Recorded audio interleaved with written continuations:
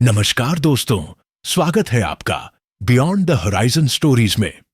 आज हम लेकर आए हैं Harry Potter and the sorcerers stone का अगला भाग, चैप्टर 5 डायगन एली, यानी जादू की दुनिया का सबसे रहस्यमयी बाजार। पिछले चैप्टर में आपने देखा एक तूफानी रात, एक टूटी फूटी झोपड़ी, और हैरी को आखिरकार पता चलता है कि वो एक जादूगर है। उसे हॉगवार्ट्स बुलाया जा चुका है और उसकी पूरी दुनिया हमेशा के लिए बदल गई है। तो चलिए दोस्तों, चल पड़ते हैं हैरी के साथ उस दुनिया की ओर जो दीवारों के पीछे छुपी है। एक ऐसी दुनिया जहां जादू सांस लेता है और हर मोड़ पर कोई चमत्कार आपका इंतजार कर रहा है। Chapter 5 Diagon Alley. अगली सुबह हैरी बहुत जल्दी उठ गया। उसे महसूस हो रहा था कि बाहर उजाला हो चुका है, लेकिन फिर भी उसने अपनी आंखें कसकर बंद रखीं। यह सिर्फ एक सपना था, उसने खुद से सख्ती से कहा। मैंने सपना देखा कि एक दैत्य जिसका नाम हैग्रिड है, वो आया और मुझे बताया कि मैं एक जादूगर हूं और मुझे एक स्कूल में जाना है, जादू सीखने के लिए। अभी जब मैं आंखें खोलूंगा तो मैं अपने कपबोर्ड में ही होऊंगा, अपने उसी पुराने कमरे में। तभी अचानक टप टप टप एक तेज खटखटाहट की आवाज हुई। आंटी पेट्यूनिया दरवाजा पीट रही होंगी, हैरी ने सोचा, और उसका दिल डूबने लगा। लेकिन उसने अब भी अपनी आंखें नहीं खोली। वो सपना इतना अच्छा था कि वो उसे अभी पूरी तरह छोड़ना नहीं चाहता था। टप टप टप। ठीक है, हैरी बड़बड़ाया, उठ रहा हूं। वो बैठ गया और हैग्रिड का भारी कोट उसके ऊपर से फिसलकर नीचे गिर गया। झोपड़ी धूप से भर गई थी। तूफान अब पूरी तरह थम चुका था। हैग्रिड वहीं सोफे पर सो रहा था, जो अब भी अपने वजन से दबा हुआ सा था, और खिड़की पर एक उल्लू अपनी चोंच से शीशे पर टप टप कर रहा था। उसकी चोंच में एक अखबार दबा हुआ था। हैरी एकदम से उठ खड़ा हुआ। उसके दिल में ऐसा लग रहा था जैसे कोई बड़ा सा गुब्बारा खुशी से फूलता जा रहा हो। वो सीधे खिड़की की ओर गया और उसे झटके से खोल दिया। उल्लू अंदर झपाटे से उड़ता हुआ आया और वो अखबार सीधे हैग्रिड के ऊपर गिरा दिया। लेकिन हैग्रिड अब भी नहीं जागा। उल्लू फिर फर्श पर फड़फड़ाता हुआ उतरा और सीधा हैग्रिड के कोट पर झपट पड़ा, जैसे उसमें कुछ ढूंढ रहा हो। ऐसा मत करो, हैरी ने कहा और उसे हटाने की कोशिश की। लेकिन उल्लू ने उसकी तरफ चोंच मारने की कोशिश की और फिर वापस कोट नोचने में लग गया। हैग्रिड, हैरी ने तेज आवाज में कहा, यहां एक उल्लू है, भुगतान कर दो उसका। हैग्रिड ने सोफे में मुंह गड़ाए बड़बड़ाया, क्या? वो अखबार देने का किराया मांग रहा है। मेरी जेबों में देखो। हैग्रिड का कोट जैसे सिर्फ जेबों से बना हो। चाबियों के गुच्छे, कीड़े मारने की गोलियां, रस्सी हुई डोरियां, पेपरमिंट की गोलियां, टी बैग्स, और आखिरकार हैरी को वहां से अजीब से दिखने वाले कुछ सिक्के मिले। उसे 5 कनट्स दे दो, हैग्रिड ने नींद में कहा। कनट्स? वो छोटे कांसे वाले सिक्के। हैरी ने 5 छोटे ब्रॉन्ज सिक्के गिनकर निकाले और उल्लू ने अपना पैर आगे बढ़ा दिया। वहां एक छोटी चमड़े की थैली बंधी हुई थी। हैरी ने सिक्के उसमें डाल दिए और उल्लू झट से वापस खुले हुए खिड़की से उड़ गया। हैग्रिड ने जोर की जम्हाई ली, उठ बैठा और अंगड़ाई ली। चलना चाहिए हैरी, आज बहुत कुछ करना है। लंदन जाना है, तुम्हारे स्कूल का सारा सामान लेना है। हैरी अब भी उन जादुई सिक्कों को उलट पलट कर देख रहा था। तभी उसके मन में एक ख्याल आया और लगा जैसे उसके अंदर खुशी का जो गुब्बारा फूला हुआ था, उसमें किसी ने पिन चुभो दी हो। हैग्रिड? हैग्रिड ने कहा, जो अब अपने बड़े बड़े जूते पहन रहा था। मेरे पास तो पैसे ही नहीं हैं, और आपने कल रात अंकल वर्नन को सुना था, वो मुझे जादू सीखने के लिए पैसे नहीं देगा। उसकी फिक्र मत कर, हैग्रिड ने कहा, खड़ा होते हुए और सिर खुजलाते हुए। क्या तुम्हें लगता है कि तुम्हारे मम्मी पापा ने तुम्हारे लिए कुछ भी नहीं छोड़ा होगा? हैग्रिड ने कहा। लेकिन अगर उनका घर तबाह हो गया था तो, हैरी ने धीरे से कहा। उन्होंने कभी अपना सोना घर में नहीं रखा लड़के। नहीं, हमारा पहला पड़ाव है ग्रिंगॉट्स, जादूगरों का बैंक। लो, सॉसेज खा लो, ठंडी है लेकिन बुरी नहीं है। और अगर तुम अपना बर्थडे केक बांट सको तो मैं भी ना नहीं कहूंगा। जादूगरों के भी बैंक होते हैं? हैरी ने आश्चर्य से पूछा। बस एक ही, ग्रिंगॉट्स, और उसे चलाते हैं गॉब्लिन्स। हैरी के हाथ से सॉसेज गिरते गिरते बचा। गॉब्लिन्स? हां, और इसीलिए मैं कह रहा हूं, कभी भी गॉब्लिन से पंगा मत लेना हैरी। ग्रिंगॉट्स दुनिया की सबसे सुरक्षित जगह है कोई भी चीज संभाल कर रखने के लिए, शायद हॉगवर्ट्स के बाद। असल में मुझे भी वहां एक और काम से जाना है, डंबलडोर के लिए, हॉगवर्ट्स का एक ऑफिशियल काम। हैग्रिड ने गर्व से अपनी कमर सीधी की। वो अक्सर मुझे ही ऐसे जरूरी कामों के लिए भेजते हैं। तुम्हें लाना, ग्रिंगॉट्स जाना, उन्हें मुझ पर भरोसा है, समझे? सब कुछ ले लिया, चलो निकलते हैं। हैरी हैग्रिड के पीछे पीछे उस चट्टान पर बाहर निकला जहां वो झोपड़ी बनी थी। अब आसमान पूरी तरह साफ था और समुंदर की सतह पर धूप चमक रही थी। वो नाव अभी भी वहीं थी जिसे अंकल वर्नन ने किराए पर लिया था, लेकिन तूफान के बाद उसमें अब पानी भरा हुआ था। तुम यहां कैसे आए थे? हैरी ने पूछा, चारों ओर दूसरी नाव तलाशते हुए। उड़कर? हैग्रिड ने कहा। उड़कर? हैरी ने दोहराया। हां, लेकिन अब हम इसी नाव में वापस चलेंगे। अब जब तुम मेरे साथ हो तो मुझे जादू नहीं करना चाहिए। वो दोनों नाव में बैठ गए। हैरी अब भी हैग्रिड को घूर रहा था। उसे उड़ते हुए कल्पना करना मुश्किल था। लेकिन थोड़ा दुख तो हो रहा है कि हमें अब नाव चलानी पड़ेगी। हैग्रिड ने आंखों के कोने से हैरी की तरफ देखते हुए कहा, अगर मैं मतलब थोड़ा सा जादू कर दूं ताकि सफर तेज हो जाए, तो क्या तुम हॉगवर्ट्स में किसी से इसका जिक्र नहीं करोगे? बिल्कुल नहीं बताऊंगा, हैरी ने तुरंत कहा। वो और जादू देखने के लिए तो वैसे ही बेताब था। हैग्रिड ने फिर से अपनी वही गुलाबी छतरी निकाली और नाव की साइड पर 2 बार टैप किया, और अगले ही पल नाव जोर से आगे बढ़ने लगी, जैसे किसी मोटर ने पकड़ ली हो, सीधा किनारे की ओर। लेकिन ग्रिंगॉट्स को लूटने की कोशिश करना इतना पागलपन क्यों माना जाता है?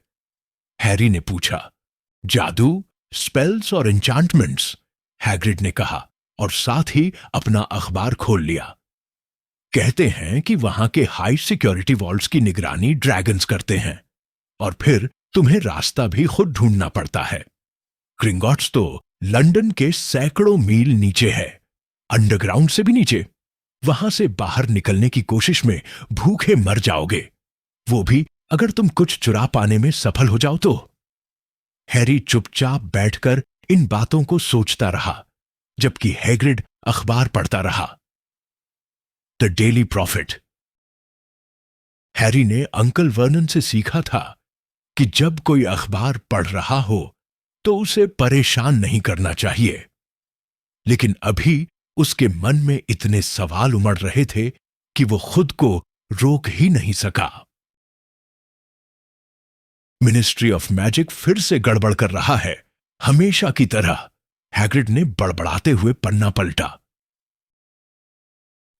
मिनिस्ट्री ऑफ मैजिक भी होता है? हैरी के मुंह से अचानक निकल गया। बिल्कुल होता है, हैग्रिड ने कहा। उन्हें तो डंबलडोर को मिनिस्टर बनाना था, लेकिन उसने मना कर दिया। हॉगवर्ट्स कभी नहीं छोड़ता वो। तो फिर उस फज को बना दिया, कॉर्नेलियस फज। कितना गड़बड़ करता है वो। हर सुबह डंबलडोर को चिट्ठियां भेजकर सलाह मांगता रहता है। लेकिन मिनिस्ट्री करती क्या है? उनका सबसे बड़ा काम है मगल्स से ये छुपाना कि असली जादूगर और जादूगरनियां अब भी पूरे देश में हैं। क्यों? क्यों? अरे हैरी, अगर लोगों को पता चल जाए तो सब अपने अपने प्रॉब्लम के लिए मैजिक ढूंढने लगेंगे। नहीं, हम सबसे अच्छा हैं अपनी ही दुनिया में, अकेले। इसी पल नाव धीरे से बंदरगाह की दीवार से टकराई और रुक गई। हैग्रिड ने अखबार बंद किया और दोनों पत्थर की सीढ़ियां चढ़कर सड़क पर आ गए। रास्ते में जब वे स्टेशन की ओर बढ़े तो लोग बार बार हैग्रिड को घूरते रहे। हैरी को इसमें कोई हैरानी नहीं हुई।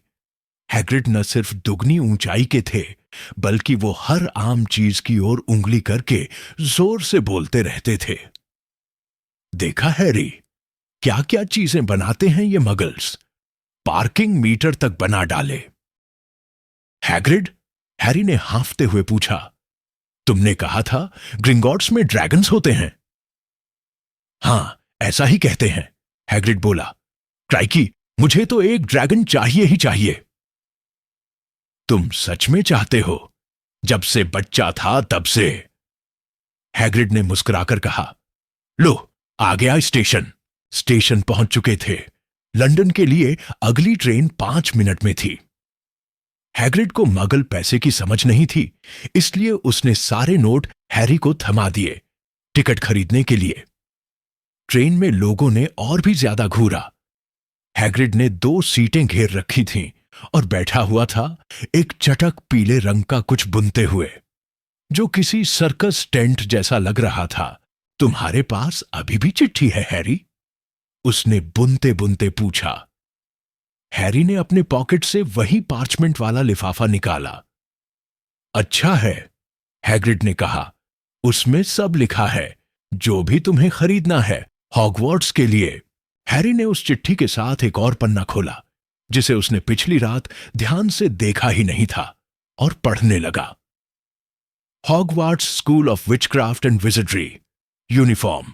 फर्स्ट ईयर छात्रों को चाहिए 3 जोड़ी सादे कामकाजी रोब्स, काले रंग के। एक साधारण नुकीली टोपी, काली, दिन के उपयोग के लिए। एक जोड़ी सुरक्षात्मक दस्ताने, ड्रैगन हाइड या समान कोई और। एक विंटर क्लोक, काला, चांदी की अटैचिंग्स के साथ। नोट: सभी छात्रों के कपड़ों पर नाम पट्टी, नेम टैग होना अनिवार्य है। कोर्स बुक्स: हर छात्र को निम्नलिखित पुस्तकों की एक कॉपी लेनी होगी। The standard book of spells, grade 1 by Miranda Goshawk. A History of Magic by Bathilda Bagshot. Magical Theory by Adalbert Waffling. A Beginner's Guide to Transfiguration by Emmerich Switch. 1000 Magical Herbs and Fungi by Philida Spore. Magical Drafts and Potions by Arsenius Jigger. Fantastic Beasts and Where to Find Them by Newt Scamander. The Dark Forces, A Guide to Self-Protection by Quentin Trimble.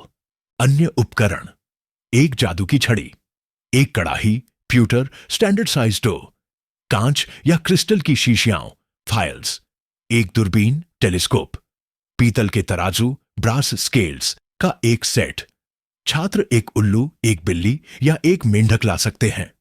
महत्वपूर्ण सूचना: माता पिता को याद दिलाया जाता है कि पहले साल के छात्रों को अपनी झाड़ू, ब्रूमस्टिक्स लाने की अनुमति नहीं है। हैरी ने पन्ना पढ़कर हैग्रिड की ओर देखा और बुदबुदाया, क्या ये सब कुछ हम लंदन में खरीद सकते हैं? अगर तुम्हें पता हो कि कहां जाना है, हैग्रिड ने मुस्कुराते हुए कहा। हैरी पहले कभी लंदन नहीं गया था, और भले ही हैग्रिड को पूरी तरह पता था कि कहां जाना है, लेकिन साफ दिख रहा था कि वो आम इंसानों की तरह यात्रा करने का आदी नहीं था। अंडरग्राउंड में टिकट बैरियर में फंस गया और ऊंची आवाज में शिकायत करने लगा कि सीटें बहुत छोटी हैं और ट्रेनें बहुत धीमी। मुझे समझ नहीं आता कि मगल्स बिना जादू के कैसे काम चलाते हैं, उसने कहा। जब वो दोनों एक टूटी फूटी एस्केलेटर पर चढ़कर ऊपर की भीड़ भाड़ वाली सड़क पर पहुंचे, हैग्रिड इतना विशाल था कि वो भीड़ को अपने आप चीरता चला जा रहा था। हैरी को बस उसके पीछे पीछे चलते रहना था।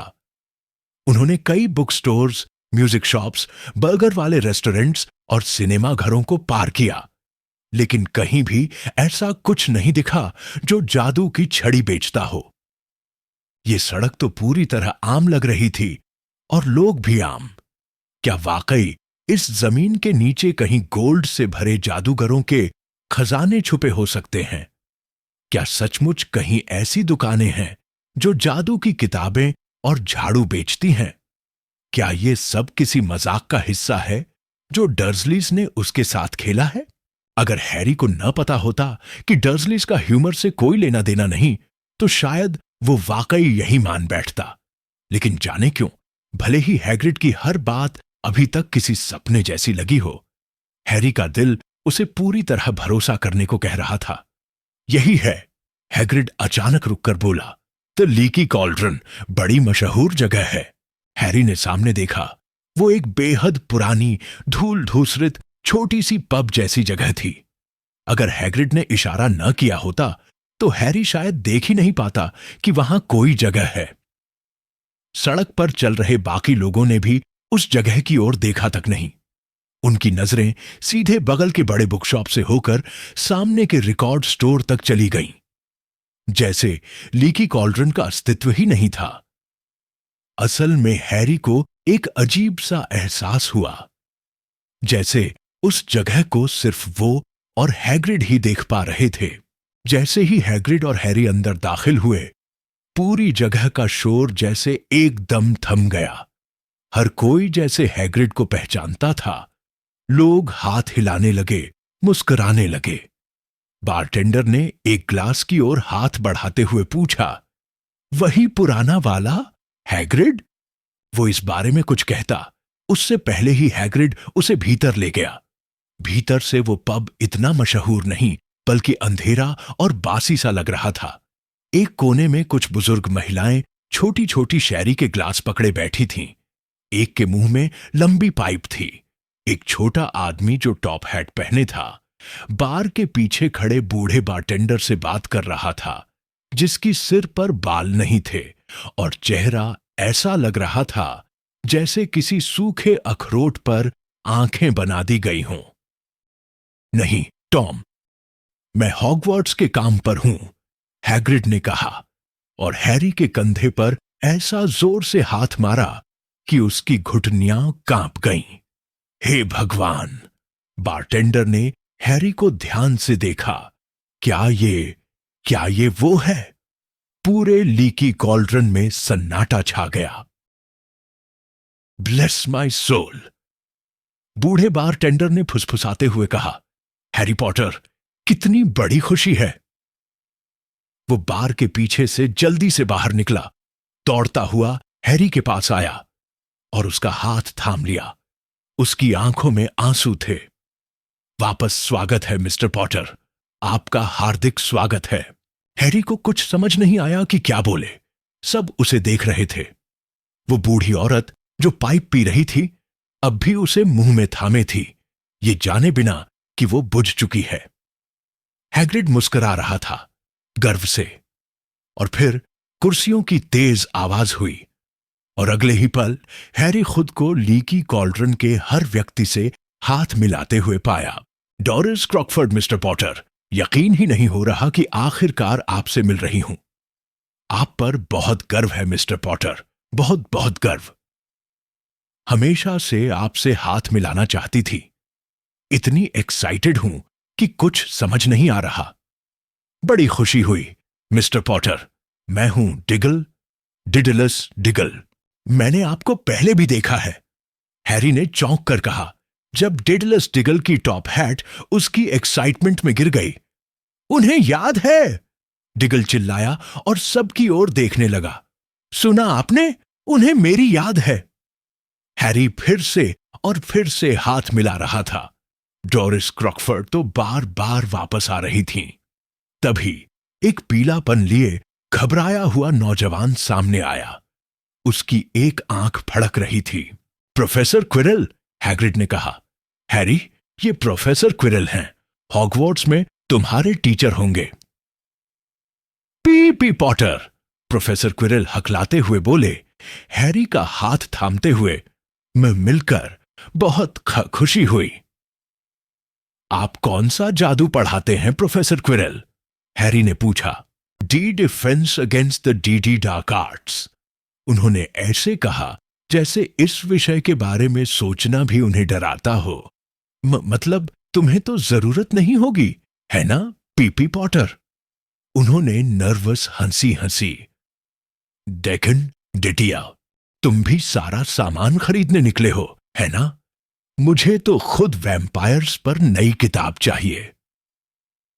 और इस ख्याल से ही जैसे वो डर के मारे कांप गए। लेकिन बाकी लोग प्रोफेसर क्विरल को हैरी के पास ज्यादा देर रुकने नहीं दे रहे थे। करीब 10 मिनट लगे हैरी को वहां से निकलने में। आखिरकार हैग्रिड ने भीड़ से ऊपर आवाज लगाई, अब चलना होगा, बहुत कुछ खरीदना है, चलो हैरी। डोरिस क्रॉकफोर्ड ने एक आखिरी बार हैरी का हाथ थामा और फिर हैग्रिड उसे बार के पार ले गया, एक छोटे से बंद कोर्टयार्ड में जहां बस एक कचरे की बाल्टी और कुछ घास फूस था। हैग्रिड मुस्कुराया। मैंने कहा था ना, तुम फेमस हो। यहां तक कि प्रोफेसर क्विरल तक थर थर कांप रहे थे तुमसे मिलने में। हालांकि वो तो वैसे भी हमेशा कांपते रहते हैं। क्या वो हमेशा इतने नर्वस रहते हैं? ओह हां, बेचारा, बहुत तेज दिमाग है उसका। जब तक किताबें पढ़ रहा था सब ठीक था, लेकिन फिर 1 साल का ब्रेक लिया असली दुनिया से सीखने के लिए। कहते हैं उसने ब्लैक फॉरेस्ट में वैम्पायर से मुलाकात की थी और किसी हैग के साथ बुरा अनुभव हुआ। तब से वैसा नहीं रहा। अब तो छात्रों से डरता है, अपने सब्जेक्ट से भी डरता है। अब कहां गई मेरी छतरी? ओह, वैम्पायर्स, हैग्स। हैरी का दिमाग घूमने लगा था। इसी बीच हैग्रिड दीवार के पास खड़ा ईंटें गिन रहा था, कचरे की बाल्टी के ऊपर की ईंटें। 3 ऊपर 2 बाएं, वो बड़बड़ाया। ठीक है हैरी, थोड़ा पीछे हट जाओ। उसने अपनी छतरी की नोक से उस दीवार पर 3 बार टैप किया। जिस ईंट को छुआ गया था वो कांपी, हिली और उसके बीच में एक छेद बनने लगा। फिर वो छेद फैलता गया और चंद सेकंड में उनके सामने एक गोल आर्च बन गया, इतना बड़ा कि हैग्रिड तक उसमें से आराम से निकल सके। और उस आर्च के पार थी एक घुमावदार पत्थरों से बनी जादुई सड़क जो मोड़ लेती हुई आगे कहीं खो जाती थी। Welcome to Diagon Alley, Hagrid ने कहा और हैरी की आंखों में हैरानी देखकर जोर से मुस्कुराया। वे दोनों उस जादुई आर्चवे से अंदर गए। हैरी ने पलटकर देखा और पाया कि वह आर्च फिर से सिकुड़कर एक सामान्य दीवार बन चुकी थी। वो तेज धूप पास की दुकान के बाहर रखे कड़ाहों के ढेर पर पड़ रही थी।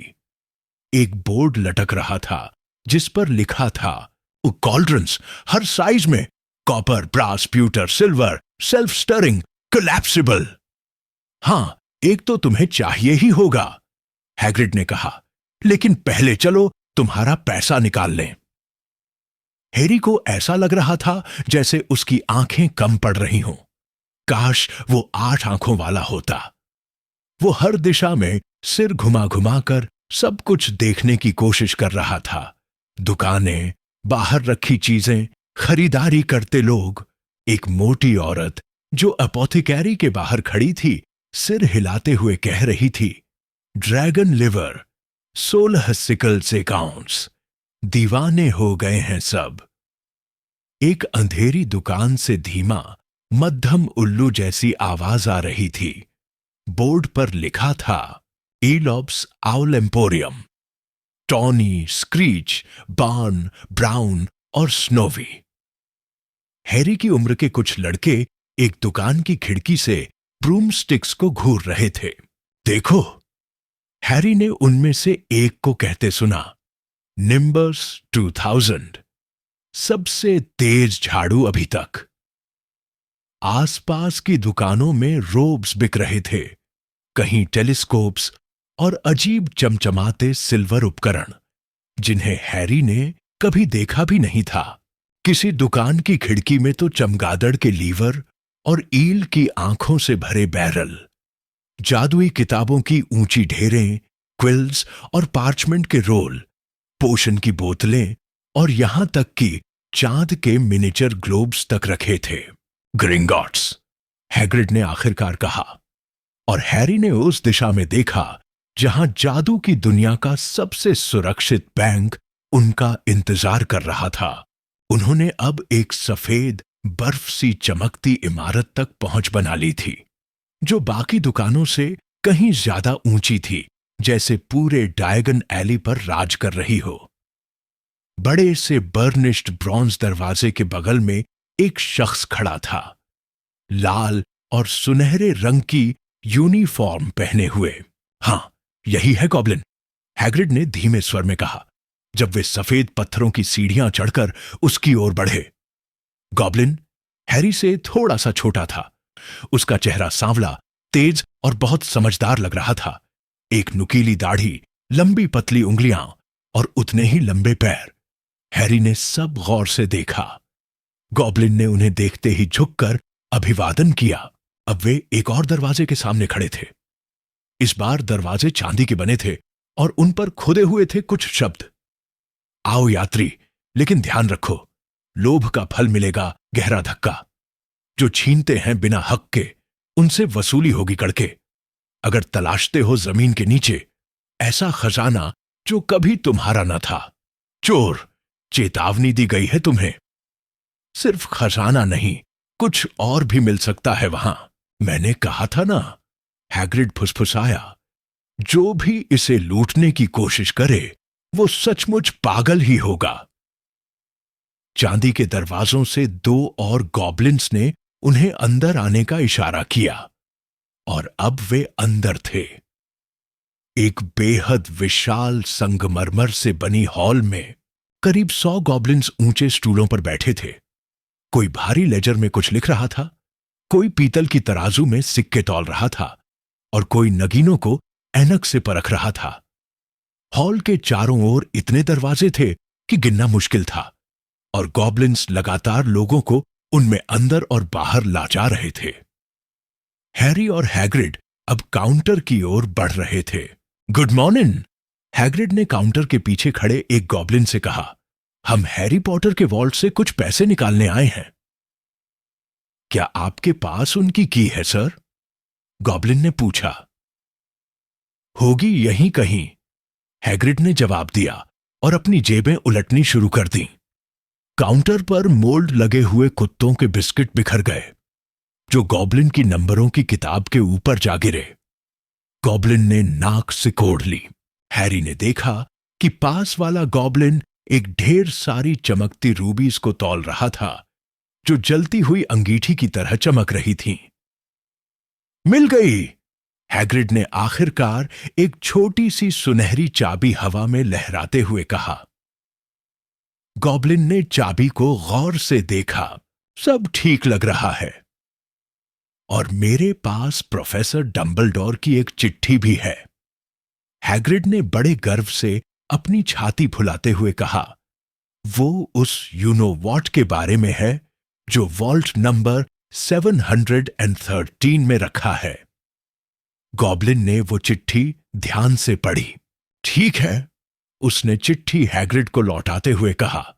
मैं किसी को भेजता हूं आपको दोनों वॉल्ट्स में ले जाने के लिए। ग्रिपहुक।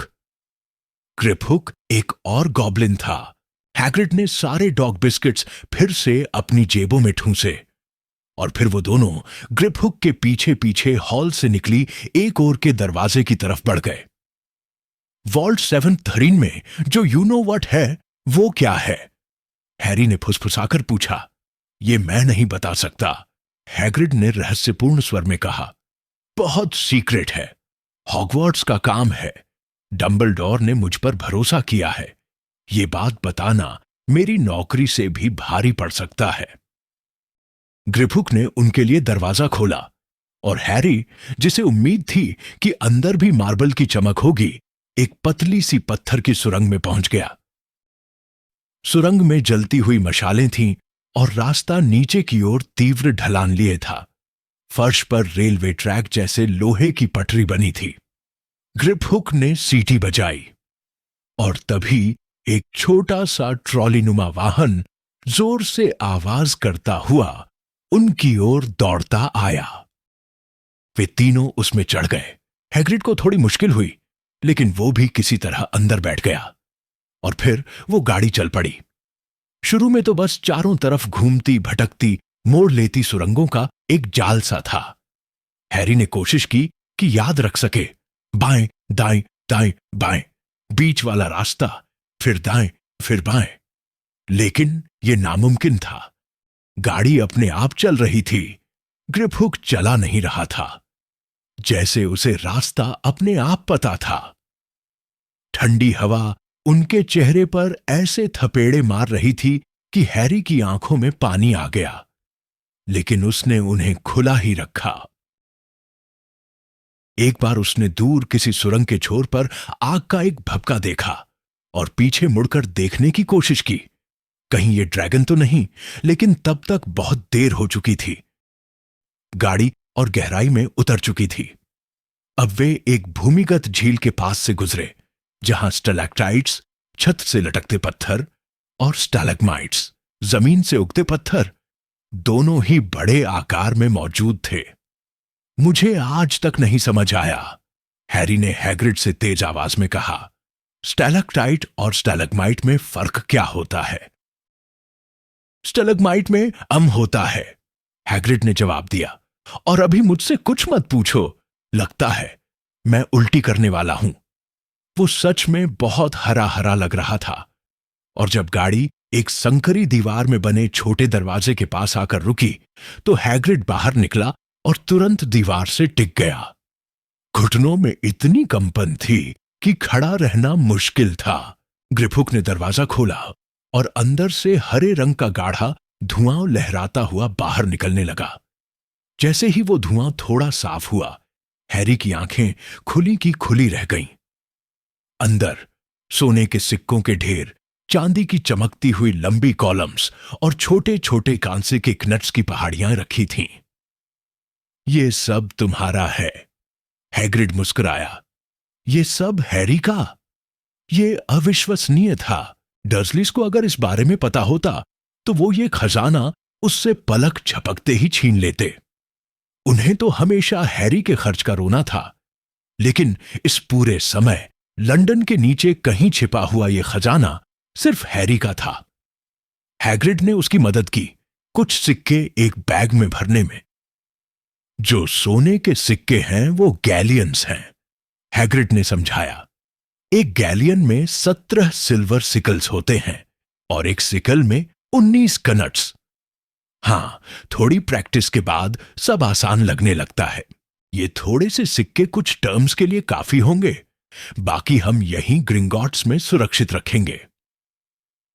फिर उसने ग्रिप हुक की ओर मुड़कर कहा, वॉल्ट 713 चलना है अब, और क्या हम थोड़ा धीरे जा सकते हैं? सिर्फ एक स्पीड होती है, ग्रिप हुक ने बिना मुस्कुराए कहा। अब वे पहले से भी गहराई में उतरने लगे और रफ्तार बढ़ती जा रही थी। हवा इतनी ठंडी होती जा रही थी कि जैसे बर्फ सीधे चेहरे पर लग रही हो। काट अब एक अंधेरी गहरी खाई के ऊपर से गुजरी। हैरी ने काट से नीचे झांकने की कोशिश की कि देखे नीचे क्या है, लेकिन हैग्रिड ने उसकी कॉलर पकड़कर उसे तुरंत खींच लिया।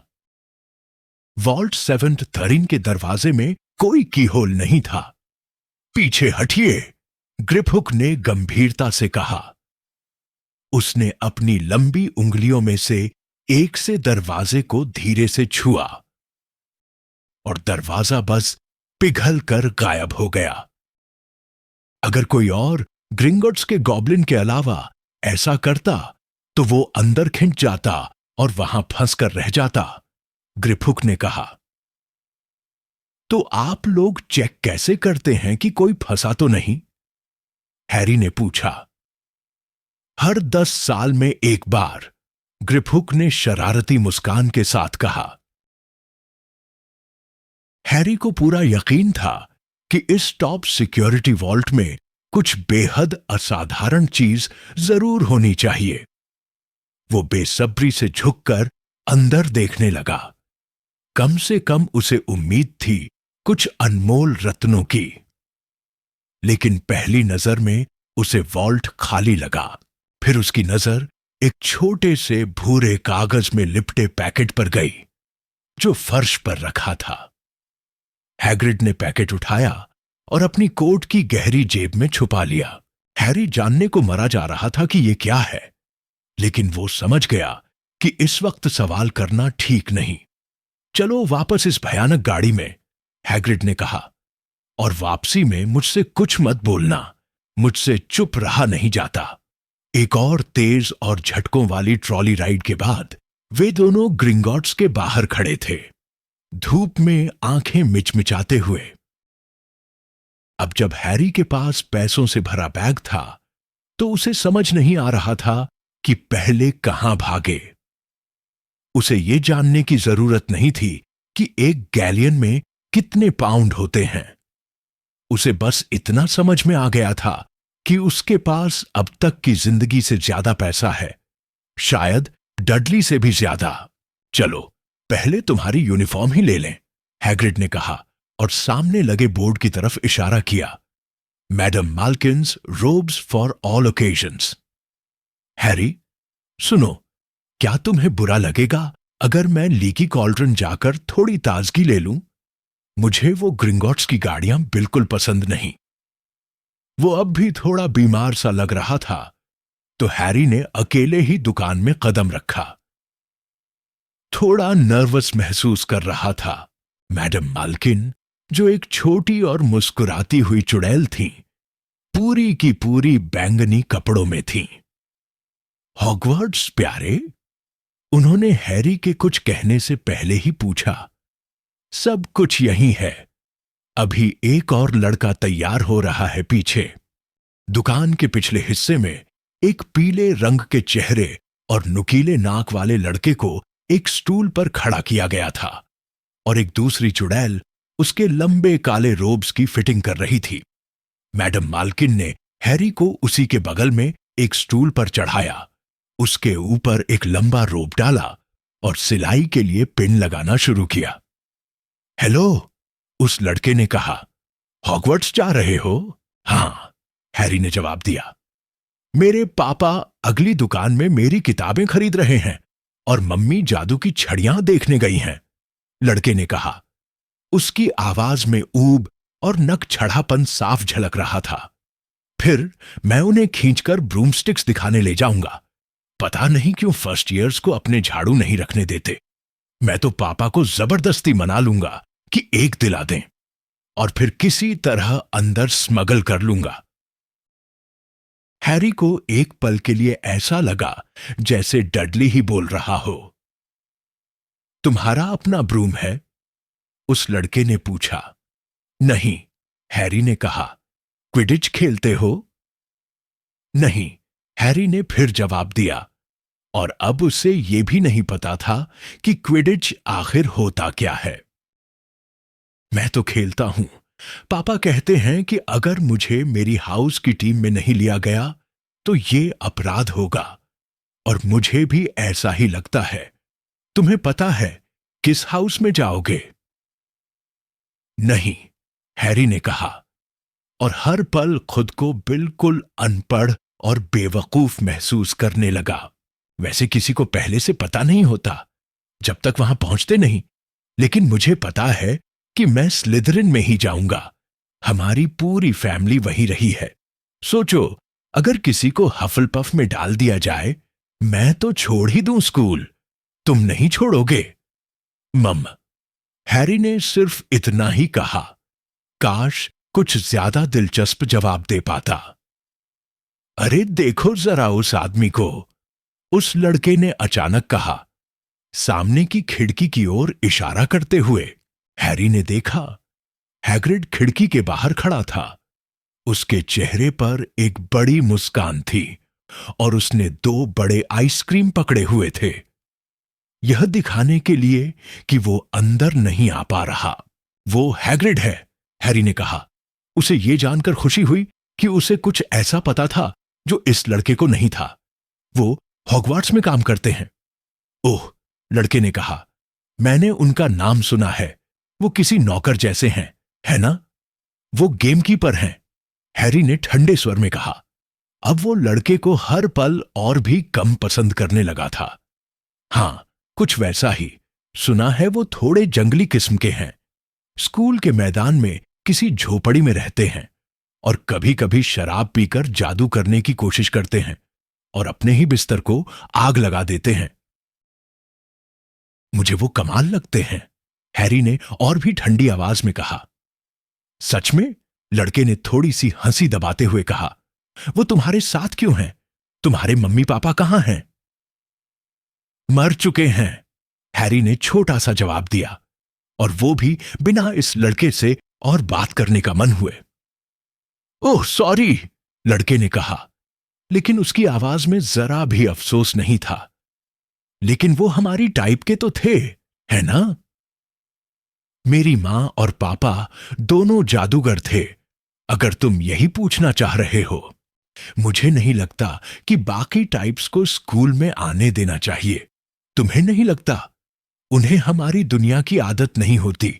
कुछ तो हॉगवर्ट्स के बारे में पहली बार तब सुनते हैं जब उन्हें चिट्ठी आती है। सोचो जरा, मुझे लगता है कि स्कूल में सिर्फ पुरानी जादूगर फैमिलीज के बच्चों को होना चाहिए। वैसे तुम्हारा सरनेम क्या है? लेकिन हैरी कुछ जवाब देता उससे पहले ही मैडम माल्किन बोली, हो गया प्यारे, अब तुम उतर सकते हो। नहीं, हैरी फौरन स्टूल से नीचे कूद पड़ा और इस बात से बिल्कुल भी दुखी नहीं था कि उस लड़के की बकवास खत्म हो गई। ठीक है, हॉगवर्ट्स में मिलते हैं शायद, लड़के ने अपनी नक छड़ी आवाज में कहा। हैरी चुपचाप हैग्रिड के लाए हुए आइसक्रीम, चॉकलेट और राइस पपेरी, ऊपर से कटे हुए ड्राई फ्रूट्स खा रहा था। क्या हुआ? हैग्रिड ने पूछा। कुछ नहीं, हैरी ने झूठ बोला। फिर वे दोनों पार्चमेंट और क्विल्स खरीदने के लिए रुके। हैरी की थोड़ी हिम्मत तब बढ़ी जब उसे एक ऐसा इंक बॉटल मिला जो लिखते वक्त रंग बदलता था। जब वे उस दुकान से बाहर निकले, हैरी ने पूछा, हैग्रिड, क्विडिच क्या होता है? अरे हैरी, मैं तो भूल ही जाता हूं कि तुम्हें कितना कम पता है। क्विडिच के बारे में नहीं जानते? हैग्रिड ने कहा। मुझे और बुरा मत महसूस कराओ, हैरी ने कहा, और उसे मैडम मैल्किन्स में मिले पीले चेहरे वाले लड़के के बारे में सब बता दिया। और उसने कहा कि मगल फैमिली से आने वाले बच्चों को हॉगवर्ट्स में नहीं आना चाहिए। तुम मगल फैमिली से नहीं हो हैरी। अगर उसे पता होता कि तुम कौन हो, अगर उसके मां बाप जादूगर हैं, तो वो तुम्हारा नाम बचपन से जानता होगा। तुमने लीकी कॉल्ड्रन में सबका रिएक्शन देखा ही था। और वैसे भी उसे क्या पता, जितने अच्छे जादूगर मैंने देखे, उनमें से कई ऐसी फैमिलीज से थे जहां पहले कोई भी जादूगर नहीं हुआ था। तुम्हारी मां को ही देखो, और फिर उनकी बहन कैसी थी। तो क्विडिच होता क्या है? हैरी ने दोबारा पूछा। यह हमारा खेल है, जादूगरों का खेल, हैग्रिड ने कहा। जैसे मगल्स के लिए फुटबॉल होता है, वैसे हमारे लिए क्विडिच। सब इसे फॉलो करते हैं। आसमान में ब्रूम स्टिक्स पर खेला जाता है और इसमें 4 बॉल्स होते हैं।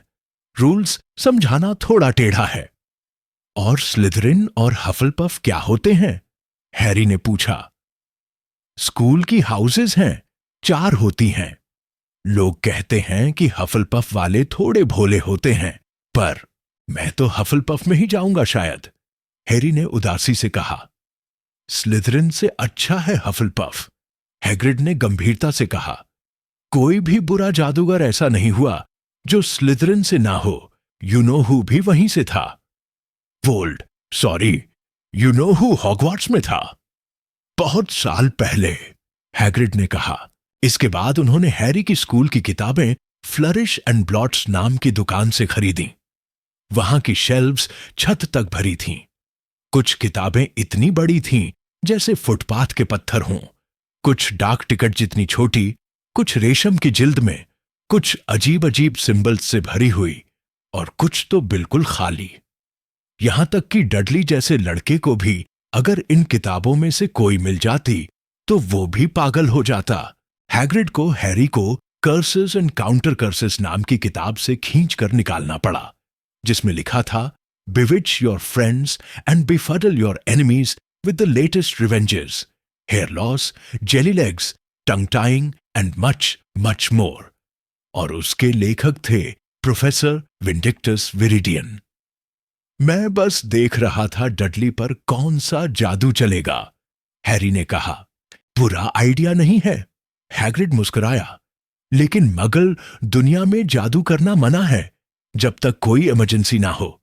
और वैसे भी तू अभी इन जादुओं को चला नहीं सकता, पहले बहुत पढ़ाई करनी पड़ेगी।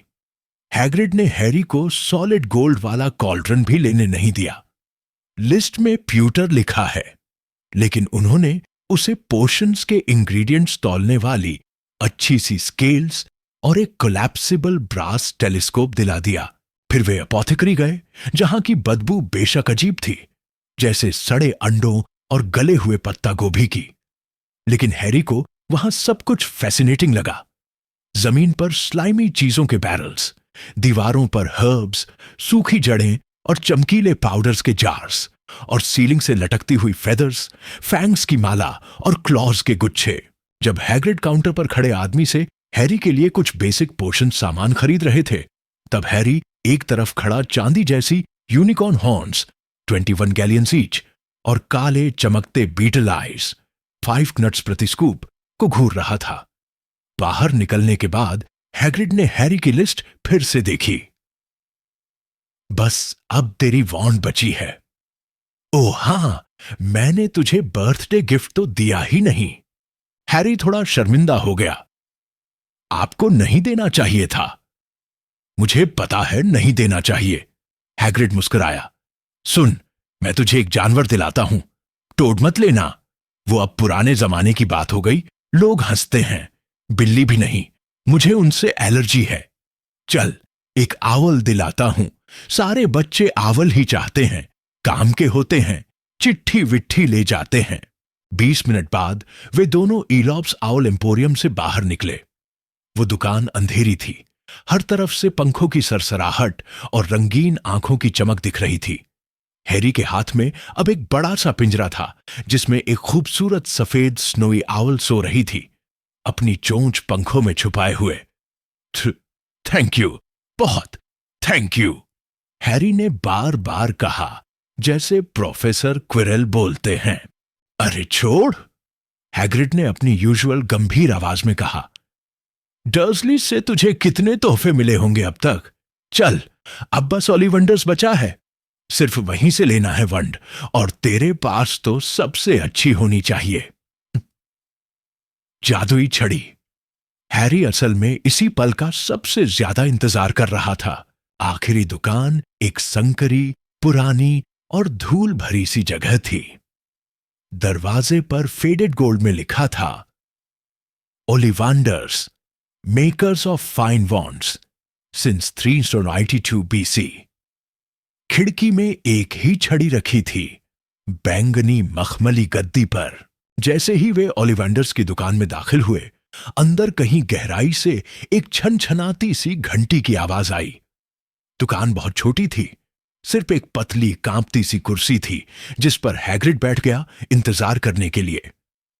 हैरी को अजीब सा एहसास हुआ, जैसे वो किसी बहुत सख्त लाइब्रेरी में आ गया हो।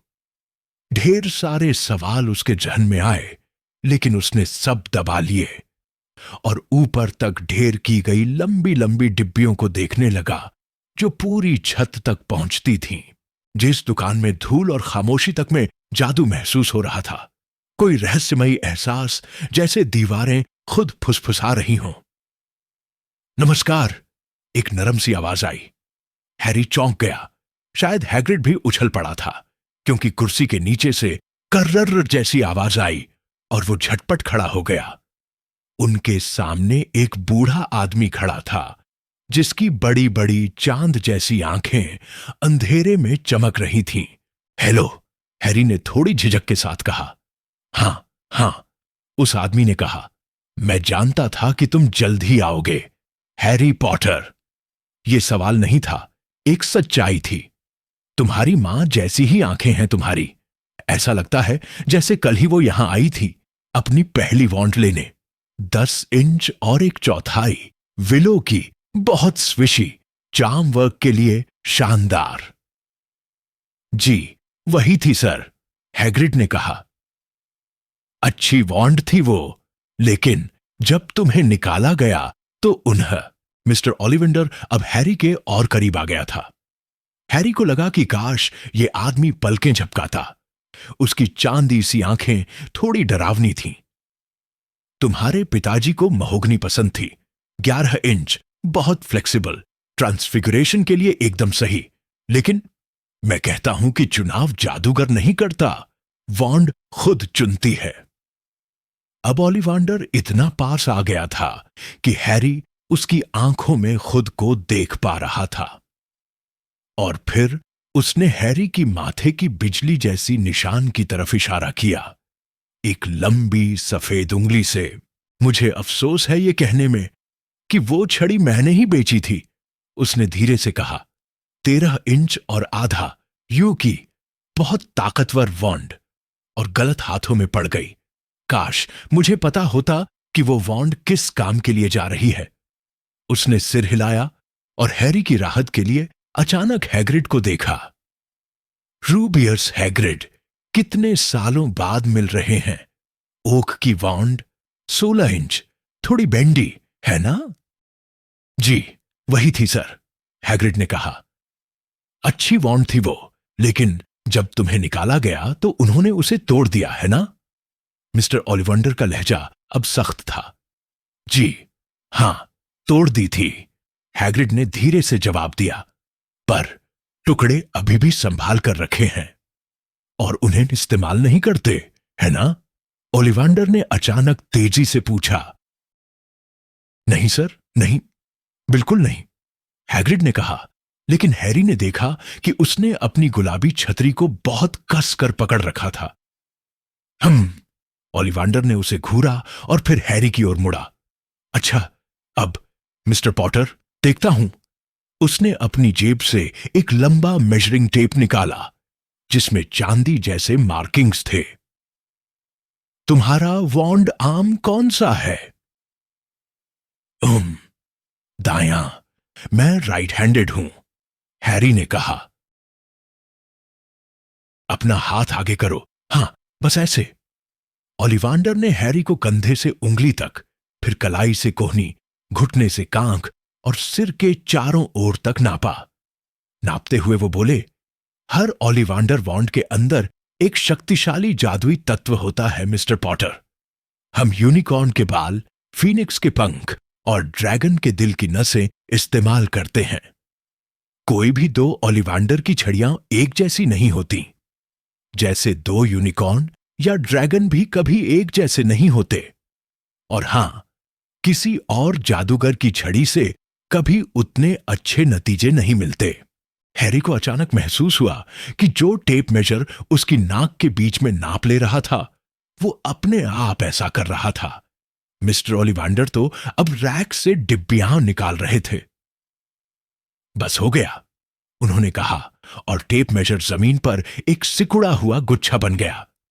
ठीक है मिस्टर पॉटर, ये आजमाओ। पीचवुड और ड्रैगन हार्ट स्ट्रिंग, 9 इंच, लचीली। बस एक बार घुमा के देखो।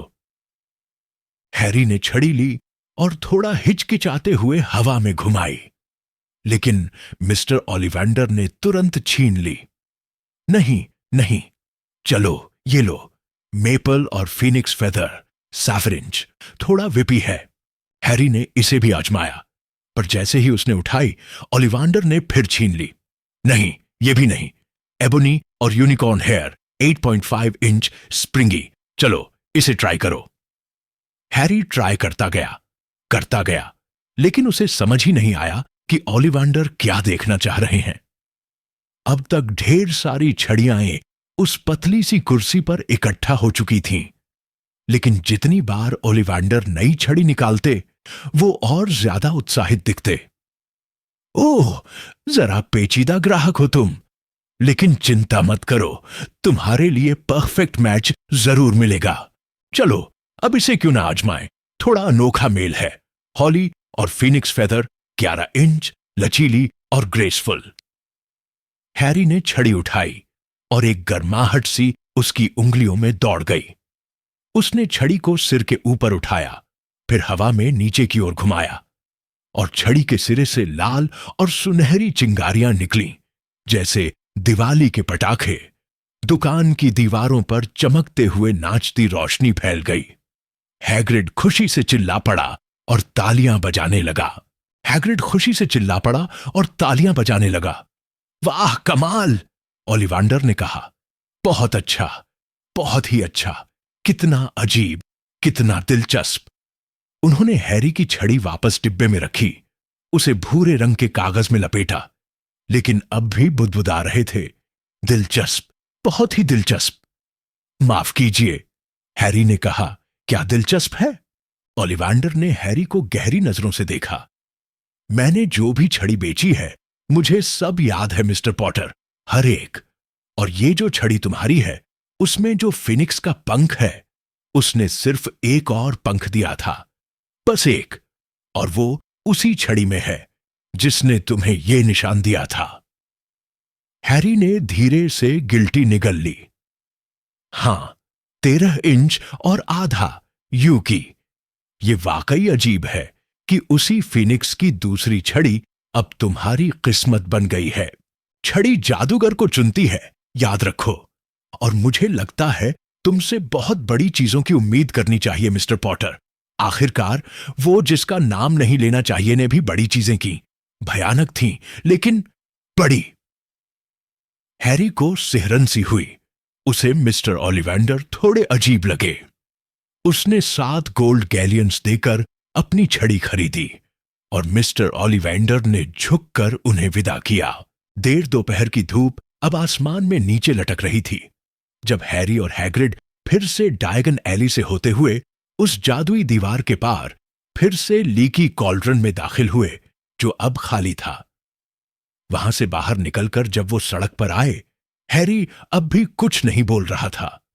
अंडरग्राउंड में जब वो भारी भरकम अजीबोगरीब पैकेजों के साथ बैठे थे और हैरी की गोद में वो सफेद बर्फ सी आउल गहरी नींद में थी, तब भी हैरी को ध्यान नहीं था कि लोग उन्हें कैसे घूर रहे थे।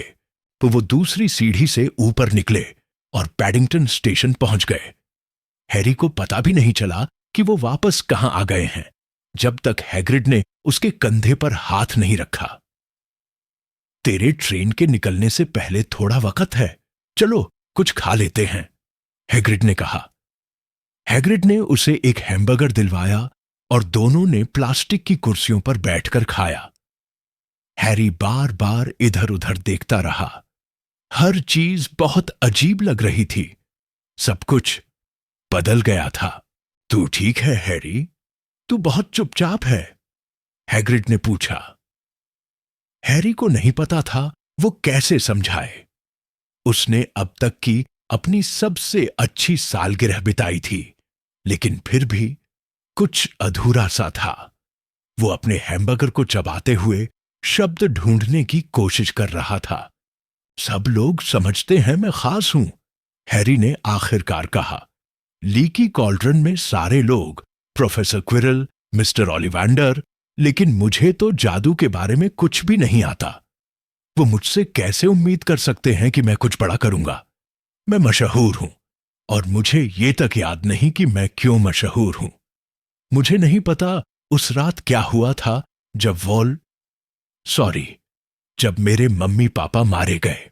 हैग्रिड ने मेज के पार झुकते हुए एक नरम मुस्कान दी।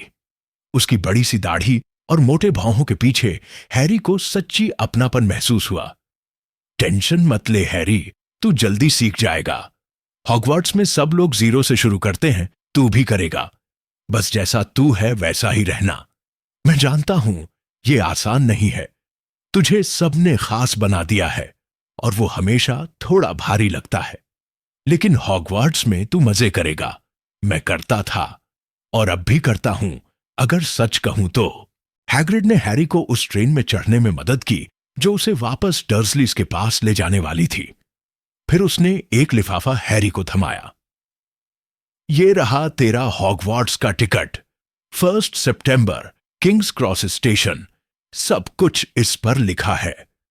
अगर डर्सलीज कुछ ज्यादा तंग करें तो मुझे अपने आउल के साथ चिट्ठी भेज देना। वो जानती है मुझे कहां ढूंढना है। जल्दी मिलते हैं हैरी। ट्रेन धीरे धीरे स्टेशन से निकल पड़ी। हैरी चाहता था कि हैग्रिड को तब तक देखे जब तक वो दृष्टि से ओझल न हो जाए। उसने अपनी सीट से उठकर खिड़की पर नाक टिकाई, लेकिन जैसे ही उसने पलकें झपकाईं, हैग्रिड वहां नहीं था। तो दोस्तों, हैरी पॉटर की जिंदगी का एक नया चैप्टर आज वाकई शुरू हो गया। एक दिन पहले तक जो लड़का एक छोटी सी कोठरी में सोता था, आज उसके पास अपना जादुई छड़ी है, अपनी खुद की बर्फ सी सफेद आंवल, और सबसे बढ़कर अब उसे पता है कि वो कौन है। हैरी पॉटर, वो लड़का जिसने सबसे खतरनाक जादूगर को मात दी थी जब वो खुद बस एक बच्चा था। लेकिन इतने सवाल अब भी हवा में लटके हुए हैं। वॉल्ट 7-3 में आखिर क्या था? ओलिवांडर को हैरी का वॉन्ड क्यों इतना क्यूरियस लगा?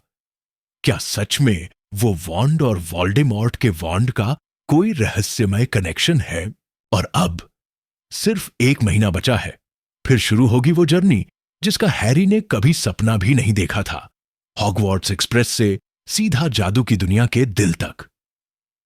चैप्टर 6 में मिलेंगे हैरी के पहले सच्चे दोस्तों से और देखेंगे वो पल जब वो पहली बार हॉगवर्ट्स कासल को देखेगा अपनी आंखों से। इस पूरी अद्भुत दुनिया की लेखिका है J.K. रोलिंग, और मैं बस उसे आपकी भाषा में सुनाने की कोशिश कर रहा हूं। अगर ये जादू आपको छू गया हो तो फॉलो करना ना भूलो बियॉन्ड द होराइजन स्टोरीज को, यूट्यूब, इंस्टाग्राम, टिकटॉक, और जरूर लाइक, शेयर और कमेंट करना ताकि ये जादू उन तक भी पहुंचे जो अभी भी मगल दुनिया में खोए हुए हैं।